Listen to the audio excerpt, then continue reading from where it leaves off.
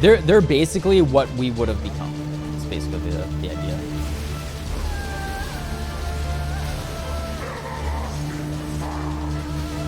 I did it! 2 days ago, I crafted a global defenses Val Regalia that I sold for 200x, right? Could have tried that. But I just wanted to dodge the ball.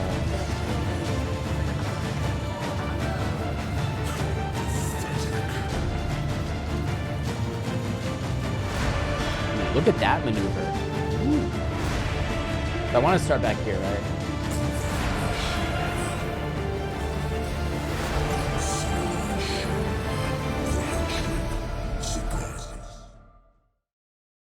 All right, I want to start off with a huge disclaimer. Everything that you see here is absolutely unnecessary.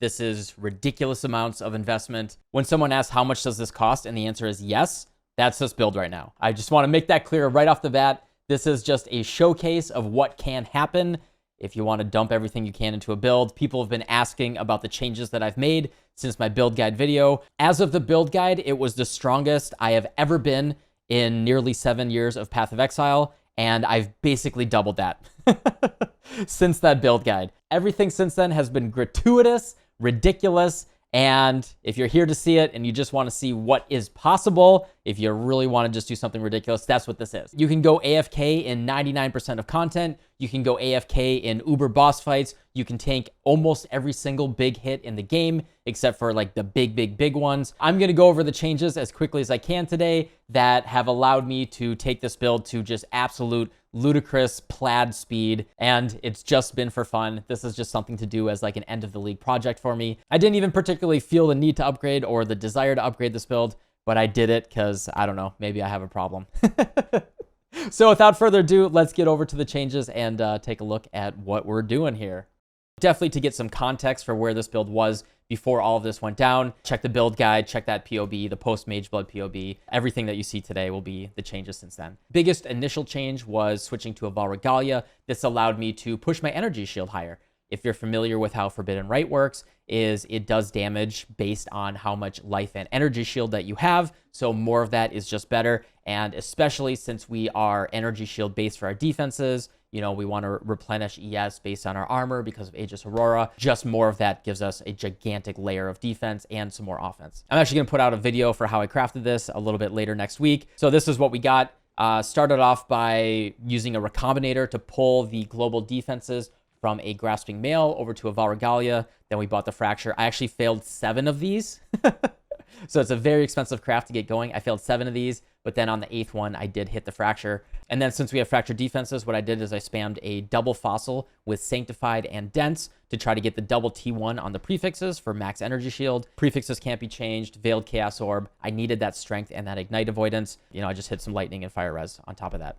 And then you want to use your Tailoring Orbs to get the defense modifiers. So yeah, this was the biggest initial change. This basically gave me about 10 million DPS, gave me significantly more defense, and allowed me to make some significant other changes on the build. And then what I would actually consider to be the most budget-friendly upgrade would be to be able to replace the suffix on one of your flasks. Previously, I was using the Chance to Avoid Being Stunned, which is a veiled mod that you get from unveiling on a Cinder Swallow urn. I was using that in addition to Anomalous Determination to hit 100% chance to avoid being stunned, so we can deal with that. The alternative, which is what I did, is go for jewels that have the implicit for chance to avoid being stunned. And what I did is I bought the jewels that already had the implicit. I also went for the rolls myself in Harvest, but they're very hard to get. There's a gigantic pool. There's all sorts of things from like totem placement speed and like really bad implicits. You know, so you can just farm Harvest, but also buy bases that already have it. And especially on medium jewels and small jewels, you can buy the ones that already have the implicits and then craft them up yourself.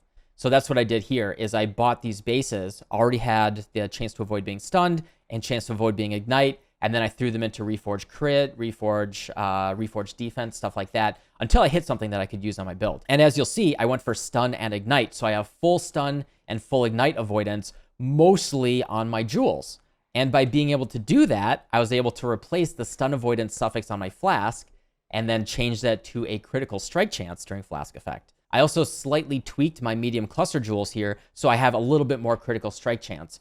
And with all of the small tweaks to get my crit chance up, so I still have 100% crit chance on my Cyclone, I'm a little bit below 100 on my Forbidden Right, I was able to replace increased critical strikes in my body armor with Awakened added chaos damage support. And that gave me about 8 million more damage per second. So this is a change that you can do on a budget with just some focused crafting. Replace this chance to avoid being stunned, get your crit chance up to 100% without the increased critical strikes. You know, a big part of that will also be just having a good critical strike chance on your dagger. And then you can replace that gem and you'll get a good chunk more damage. So that's a good way that you can get a nice chunk more damage. That was a fun little problem solving thing that I did. That's probably like the most interesting puzzle solving thing that I did. Everything else is just ridiculous gear. So, you know, disclaimer again, this is just ridiculous items to look at. You don't have to do this.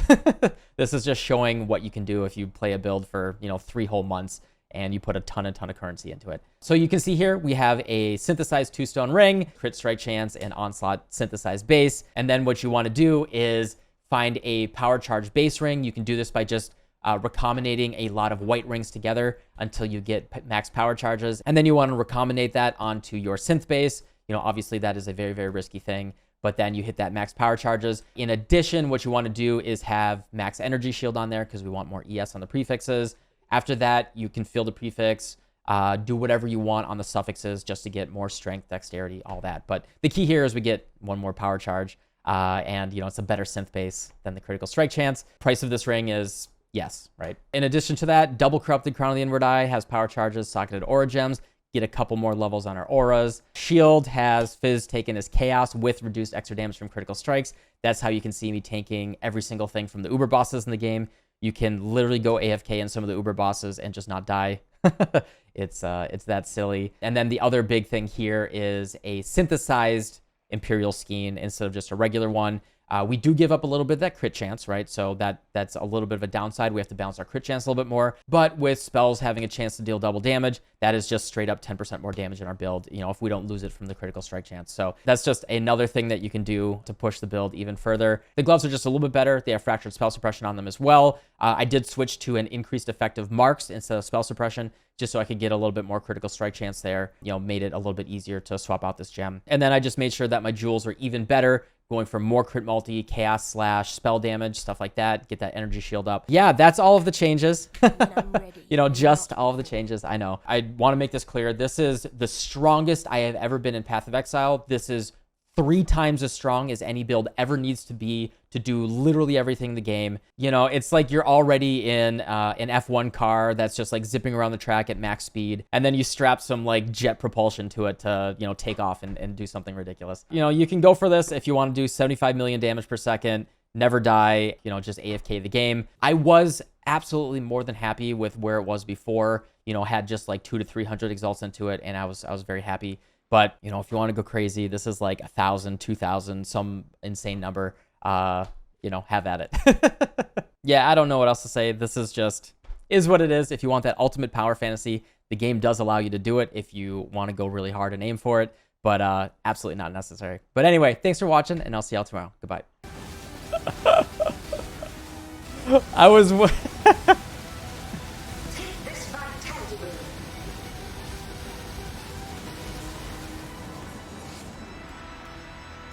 Okay.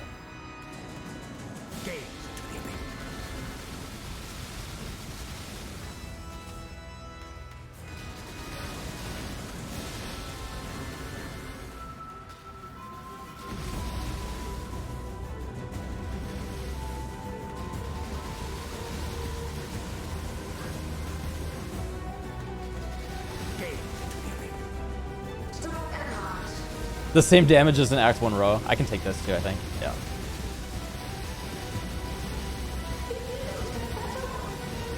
Where has such a thing been hiding? I simply must see more.